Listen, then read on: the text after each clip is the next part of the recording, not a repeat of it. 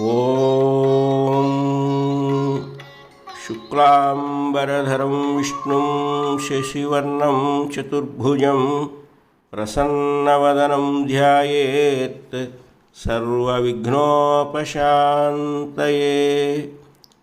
గురుర్బ్రహ్మా గురుర్విష్ణుః గురుర్దేవో మహేశ్వరః గురుసాక్షాత్ పరబ్రహ్మ తస్మై శ్రీ గురవే నమః.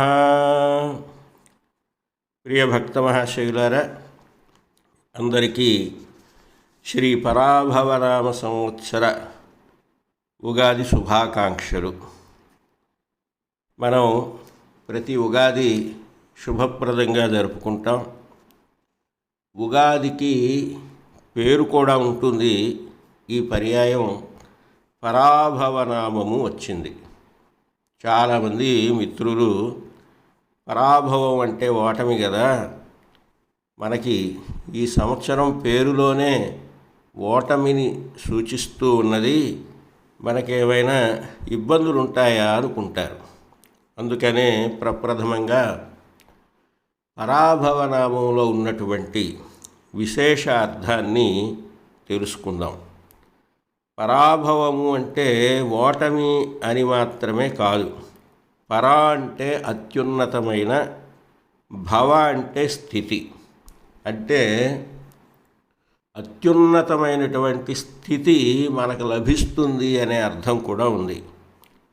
ఒకవేళ పరాభవము అంటే ఓటమి అని తీసుకున్నా అది మనకు ఓటమి కాదు, మనలో ఉండేటటువంటి అహంకారానికి, గర్వానికి, స్వార్థానికి, దర్పానికి ఓటమి అని మనం గ్రహించాలి.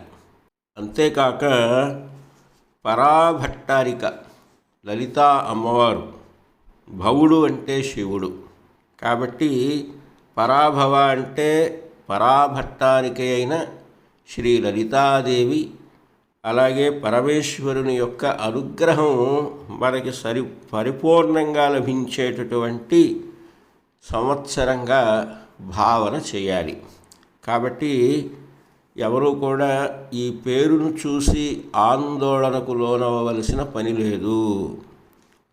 ఇక ఉగాది పర్వదినం అనేది మన తెలుగువారికి ఎంతో విశేషమైనది. ఈ పర్వదినం రోజున ప్రత్యేకమైనటువంటి ప్రసాదాన్ని ఉగాది పచ్చడి పేరుతో స్వీకరిస్తాం. ఇందులో వేప పూత, క్రొత్త బెల్లము, చింతపండు రసము, ఉప్పు, మిరియాలు, ఈ పదార్థాలన్నీ కూడా కలిపి స్వీకరిస్తాం. ఇవి చాలా విశేషమైనటువంటి పదార్థాలు. ఇవి 6 రుచులతో ఉంటాయి. అందుకే వీటిని షడ్రుచోపేతమైనటువంటి ప్రసాదంగా చెప్తారు. షట్ అంటే 6. ఈ 6 రుచులు ఏవి అంటే తీపి, చేదు, పులుపు, వగరు, ఉప్పు, కారం. ఇందులో తీపి, పులుపు, ఉప్పు సానుకూలమైన రుచులు, చేదు, వగరు, కారం ప్రతికూలమైన రుచులు. అంటే ఆ రుచి నోటికి తగలంగానే కొద్దిగా శరీరం అంతా గగురు పొడుస్తూ ఉంటుంది.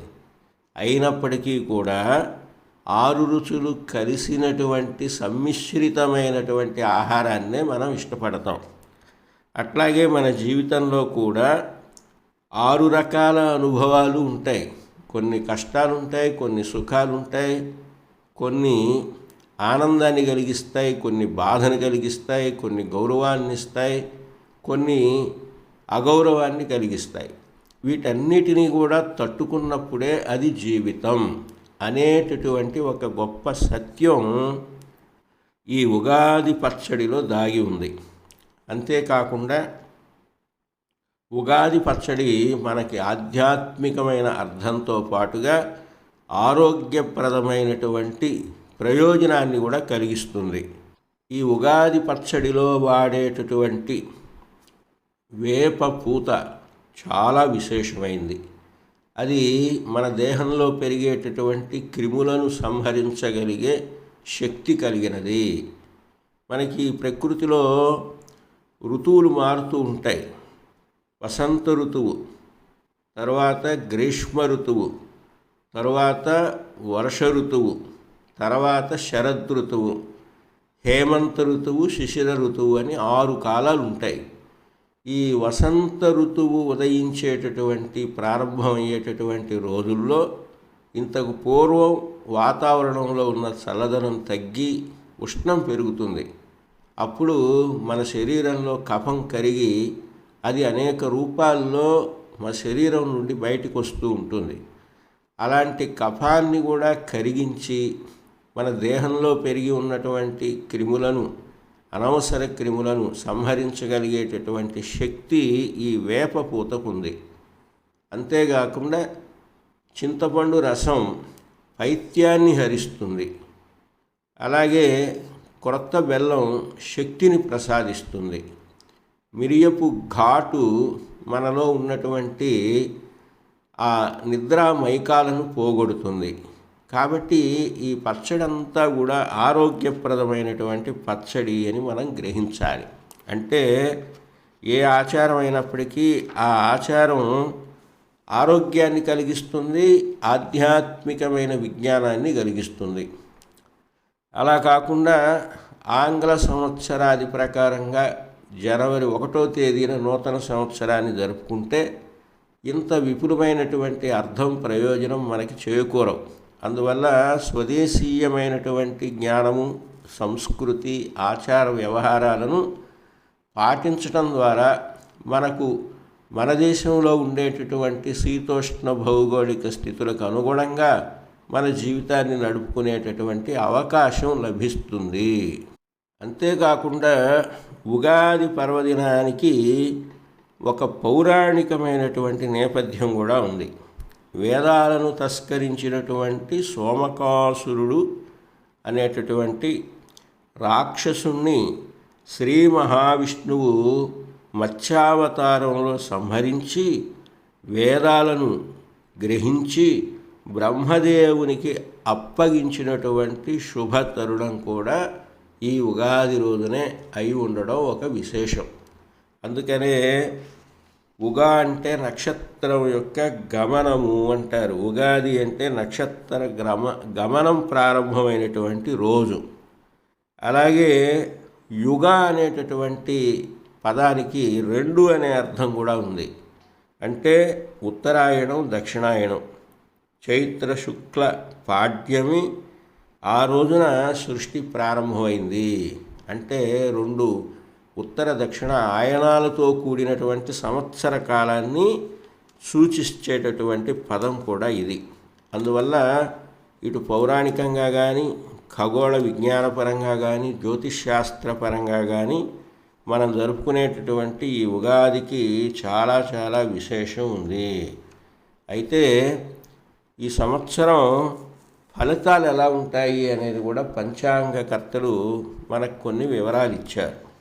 ఏమిటది అంటే, ఈ సంవత్సరం రాజు గురుడు, మంత్రి కుజుడు, సేనాధిపతి అర్ఘాధిపతి, మేఘాధిపతి చంద్రుడు, సస్యాధిపతి నీరసాధిపతి శుక్రుడు, ధాన్యాధిపతి బుధుడు, రసాధిపతి సూర్యుడు అంటూ వివరాలు ఇచ్చారు. దీనిలో ప్రధానంగా భక్తిభావంతో ఉండేవారికి, యోగాభ్యాసులకు దైవస్థుతి, గురుస్థుతి, ఓంకారం అనేవి ప్రతినిత్యం సాధనలో ఉంటాయి. కాబట్టి ఈ పరాభవనామ సంవత్సరానికి, ఈ సంవత్సరానికి రాజు గురుడు గనక గురువును గౌరవించి పూజించేటటువంటి విధానాన్ని చక్కగా అమలు చేసినట్లయితే ఆ గురువు కృప అనేది మనకి కలుగుతుంది. సంవత్సర కాలం అంతా కూడా ఉన్నతమైనటువంటి ఆలోచనలతో, ఉన్నతమైన ఆశయాలతో, ఉన్నతమైనటువంటి స్థితిని పొందేందుకు అవకాశం ఉంటుంది. కాబట్టి అందరం కూడా చాలా ఆనందించాలి. గురువు బ్రహ్మతో సమానం, విష్ణువుతో సమానం, ఈశ్వరుడితో సమానం అన్నారు. అందుకనే గురుర్బ్రహ్మ గురుర్విష్ణు గురుర్దేవో మహేశ్వరః గురు సాక్షాత్ పరబ్రహ్మ తస్మై శ్రీ గురవే నమః. అంటే మానవుడిలో జ్ఞానాన్ని సృష్టించే బ్రహ్మ గురువు, జ్ఞానస్థితిలో ఉంచేటటువంటి స్థితికారుడు విష్ణువు, జ్ఞానంలో లయింపజేసేటటువంటి లయకారుడు శివుడు. అంటే ఈ త్రిమూర్తి తత్వం గురువులో ఉంటుంది. కాబట్టి సద్గురువుని పూజ్యభావంతో చూస్తూ దైవారాధన చేస్తూ సమాజ శ్రేయస్సు కలిగించేటటువంటి కార్యక్రమాలు శక్తి మేరకు నిర్వహించేటటువంటి వారికి ఈ పరాభవనామ సంవత్సరం సకల శుభాలను కూడా కలిగిస్తుంది. అంచేత నిర్లక్ష్యం లేకుండా మనం మన జీవితాన్ని గడపాలి. అది ఎంతో ముఖ్యం. ఎవరైతే నిర్లక్ష్యం చేస్తారో వారికి ప్రకృతి కానీ దైవశక్తులు కానీ అనుకూలంగా ఉండవు. కాబట్టి మానవుడు ఎప్పుడూ కూడా కష్టం కలిగితే కృంగిపోకుండా, సుఖం కలిగితే పొంగిపోకుండా ఉండాలి. ఉగాది పచ్చడి సందేశం కూడా అదే. అందుకే భగవద్గీతలో కూడా దుఃఖేష్వరుద్విగ్రమణాః సుఖేషు విగతస్పృహః వీతరాగభయక్రోధః స్థితధీర్మునిరుచ్యతే. స్థితప్రజ్ఞుడు ఎట్లా ఉంటాడయ్యా అంటే కష్టకాలంలో కుంగిపోడు, సుఖాలు కలిగినప్పుడు పొంగిపోడు. వీతరాగ భయక్రోధః, అతి అనురాగాన్ని, భయాన్ని, కోపాన్ని కూడా దాటేసి ఉంటాడు. వాటిని మనస్సులో అట్టిపెట్టుకొని నిగ్రహించడం కన్నా వాటికి అతీత స్థితికి రావటం ఉత్తమం.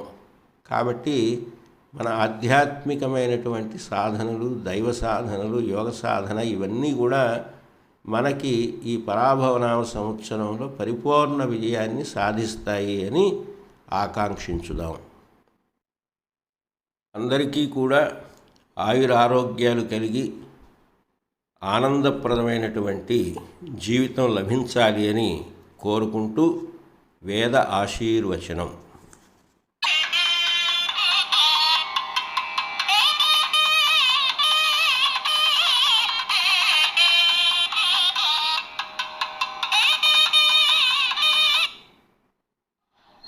గణానాం త్వా గణపతిగో హవామహే కవిం కవీనాముపమశ్రవస్తమం జ్యేష్ఠరాజం బ్రహ్మణాం బ్రహ్మణస్పత ఆనశృణ్వన్నోతిభిः సేదసాదనం అగ్నిర్వశుచిర్భవ ఆదిత్యాయవ తేజో భవ విష్ణురివ శ్రీమాన్ భవ బ్రహ్మైవ రాజుర్భవ ఆయురాజుర్భవ ధాన్యం ధనం పశుం బహుపుత్రలాభం శత సంవత్సరం దీర్ఘమాయు చిరంజీవ చిరంజీవ సుఖీ భవ శతమానం భవతి శతాయుః పురుషస్యతేంద్రియ ఆయుష్యేవేంద్రియే ప్రతిష్ఠతి. సమస్త దేవతా సంపూర్ణ అనుగ్రహ ప్రసాదేన శీఘ్రమేవ ఆయురారోగ్య ఐశ్వర్యాభివృద్ధిరస్తు.